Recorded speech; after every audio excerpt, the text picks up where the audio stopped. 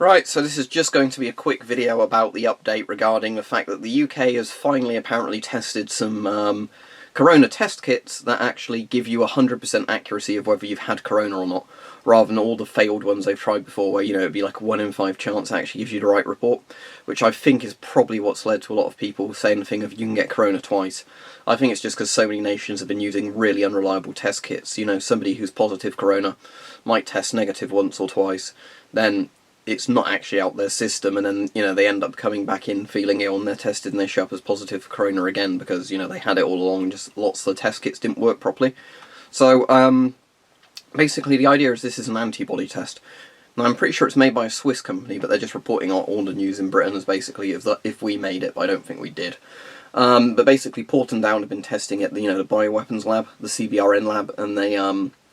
basically seem to think it's pretty good, and it's got 100% accuracy, which is obviously great if every time you use it you get a definitive result. So how these tests work supposedly is you prick your finger, it takes a bit of blood, and then it can analyse your blood, and I don't know if it changes something a certain colour or not, but it tells you basically if you've had antibodies for the coronavirus. And the idea of an antibody test is it tells you if you've had it and sort of overcome it, as in your immune system has developed antibodies to it, so you're now immune,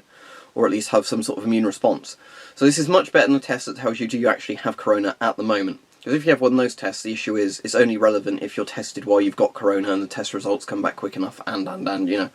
Something like this is very useful because it comes into the idea of what you might call an immunity passport. And the idea is that you've had it, you've recovered from it,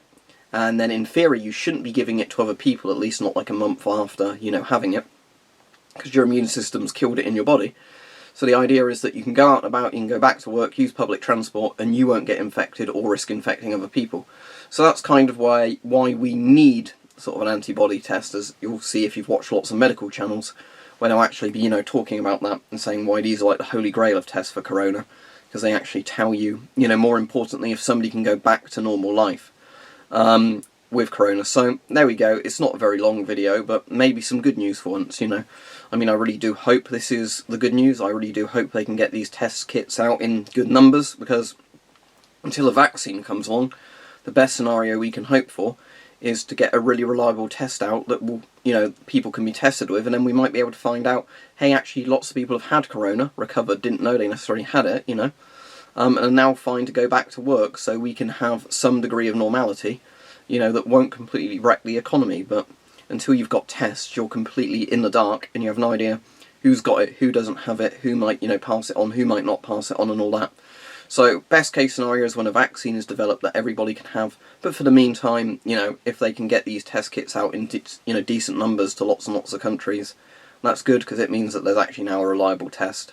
where you can start, as weird as it sounds, segregating people into people who've not yet had corona and people who've had it and survived it, because that's how you're going to have to go back to some sort of degree of normality.